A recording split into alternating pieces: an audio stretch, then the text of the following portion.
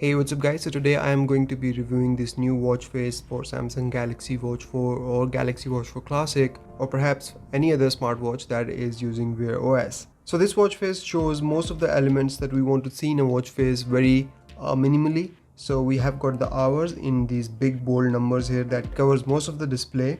Then we've got these minutes in this small bubble that goes around the display as minutes go ahead. Then we have got day behind it, and then AM, and we have got the date here and battery percentage. So it shows off these elements very minimally, and it's a very different kind of a watch face. Now there are also few elements of this watch face that you can edit, so let's go ahead and take a look at that, and we will long press and go in customize.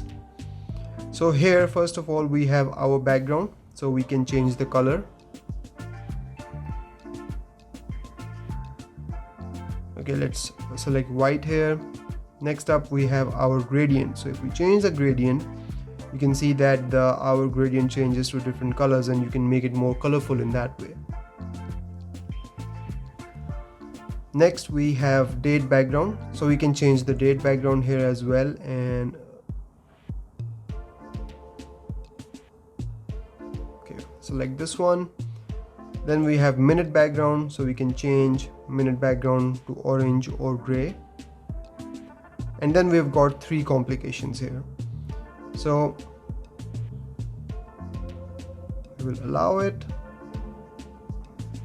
and then you can add the complication of your choice. Let's say I want to add steps here, so the steps will show up here, and then we've got another complication here. Let's add Bixby here, and then the third one. So the complications don't actually show up here on the display itself, but if you tap on the places where we chose them, they will take us to the app that we selected.